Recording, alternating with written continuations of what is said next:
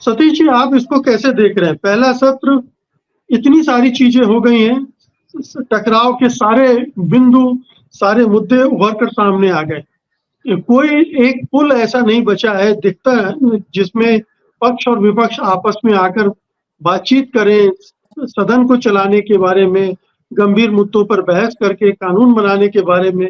ऐसी कोई संभावना नहीं दिख रही है इस पहले सत्र में, जिसमें कि अभी कुछ कार्रवाई शुरू भी नहीं हुई है वस्तुतः, चुनाव उनाव और शपथ ग्रहण को लेकर। तो क्या ये टकराव इस टकराव के साथ जो शुरुआत हो रही है, कितनी दूर तक जाएगा ये टकराव? इस सरकार को कहां तक ले जाएगा? देखिए, मेरा ऐसा मानना है मुकेश जी कि चाहे वो सत्ता पक्ष हो जो कि 400 के नारे से बहुत, उसके बाद 240 से स्तब्ध रही है, और विपक्ष जो है 234-37 जो भी है उसके आधार पर है। मुझे लगता है दोनों पक्ष इस चुनाव के नतीजे को, मुझे लगता है कि ये सेमीफाइनल ही मान रहे, ये फाइनल मान ही नहीं रहे दोनों के दो, है ना। तो जो आक्रामक विपक्ष है, जितनी संविधान की कापियां हमने 48 घंटे में देखी है, उतना तो पूरे देश ने 75 साल में नहीं देखा होगा। तो एक वो टकराव की स्थिति यहाँ से भी बन रही है। और उनके यहाँ क्या है, एनडीए में, अब ये तो एनडीए कहना पड़ेगा ना, अब तो मोदी वाला बात नहीं कहना पड़ेगा। तो एनडीए में क्या है कि दो प्रकार मोदी वाली बात ही कीजिए, एनडीए तो नाम का है, असल में तो मोदी ही है। देखिए, अभी थोड़ा सा एनडीए कहना पड़ेगा, अब मोदी वाली बात तो नहीं रही ना, वो तो 240 पे आ गई, इसलिए मैं कह रहा हूं अभी 293 वाली बात करनी पड़ेगी ना, एनडीए वाली। वो आशंकाएं, अस्थिरता और तरह तरह के दिमाग में बातें चल रही होंगी कि भाई पता नहीं क्या हो जाएगा, आगे क्या होना है, संख्या बल और कर लेना है ताकि लकुटिये और कोई बस बैसाखियों की जरूरत ना पड़े, या फिर ये पता नहीं क्या चलेगा, कब तक चलेगा। मुझे नहीं लगता है कि 18वीं लोकसभा, मेरा अपना ऐसा मानना है कि ये पूरा टर्म कर पाएगी, मतलब अपना पूरा म्याद पूरा नहीं कर पाएगी। इसलिए मैंने कहा कि मुझे लगता है ये सेमीफाइनल की बात है, और एक प्रयास निश्चित रूप से एनडीए मोदी सिस्टम में होगा कि बहुमत के आसपास पहुंच जाए ताकि ये दिक्कतें ना हो। तो एक प्रयास ये है, लेकिन ये बैटल मोड में ही सारी चीजें हैं। मेरा तो ये कहना है कि भाई स्पीकर, प्रधानमंत्री के लिए आज के डेट में सबसे जो महत्वपूर्ण पद है वो स्पीकर है। अपना आदमी, परिवार के आदमी को तो त्याग सकता है, लेकिन इस वक्त स्पीकर को छोड़ नहीं सकता, स्पीकर पद को, एकदम पक्की बात है। तय था कि ऐसे ही होना है। और मुद्दे अगर स्पीकर के लिए तो सहमति के लिए तैयार था विपक्ष, स्पीकर देने के लिए तो तैयार ही था, कोई ऐसा नहीं समर्थन करने के लिए राजी था।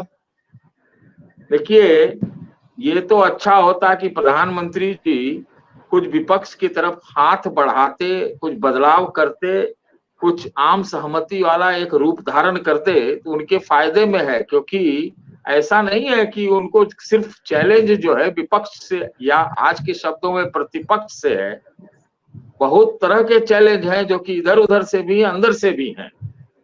तो बात यह है कि विपक्ष ने जो कहा कि भाई डिप्टी स्पीकर परिपाटी के हिसाब से देना चाहिए, तो ये एक दोनों तरफ से मैं मानता हूं कि बहाना है।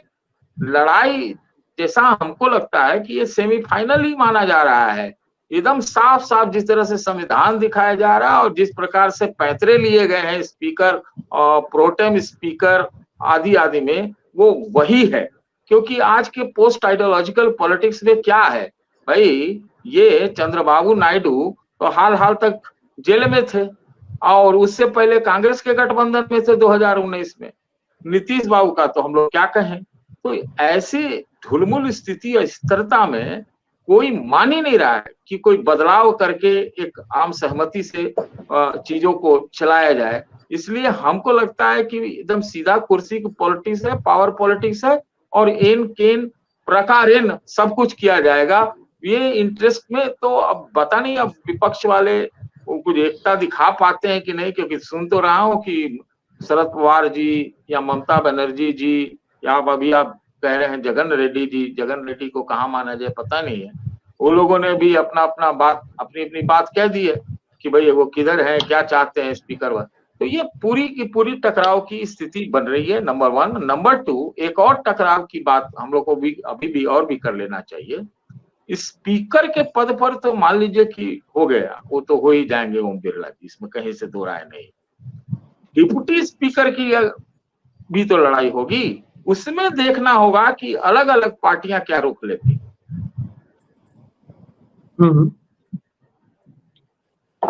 अब तो क्लियर हो गया, अब तो क्लियर हो गया कि एनडीए ना तो स्पीकर देने वाला है ना डिप्टी स्पीकर देने वाला है। देना होता तो ठीक होता। सुनिए, डिप्टी स्पीकर की अगर लड़ाई मतलब चुनाव उसका होगा तो एक स्थिर लोकसभा में जो एकदम ढुलमुल पार्टियों वाले लोग हैं, कौन आज कहाँ है कौन कहाँ है, वैसे में चुनाव बड़ा इंटरेस्टिंग हो सकता है। अब इस चीज को मैं कहना चाह रहा हूं। ठीक है, ठीक, बिल्कुल ठीक भाई। तो देखिए क्या होता है ना, दबाव बनाने वाले भाई अपनी कीमत वसूलने के लिए अपना नीति और रणनीति बदल देते हैं। तो आपको एनडीए को सपोर्ट अभी बिरला जी को कई पार्टियां करेंगी, एनडीए वाली, क्या पता वो डिप्टी स्पीकर में क्या करें, या विपक्षी पार्टियों में से भी जो लोग अभी वकालत कर रहे हैं कि भाई नंबर्स नहीं है, वो क्या करेंगे। तो ये इसी तरह से ये 18वीं लोकसभा चलेगी, कब तक चलेगी, कैसे चलेगी, ये बड़ा कहना मुश्किल है, बहुत मुश्किल। सत्य हिंदी का ऐप डाउनलोड करें गूगल प्ले स्टोर पर।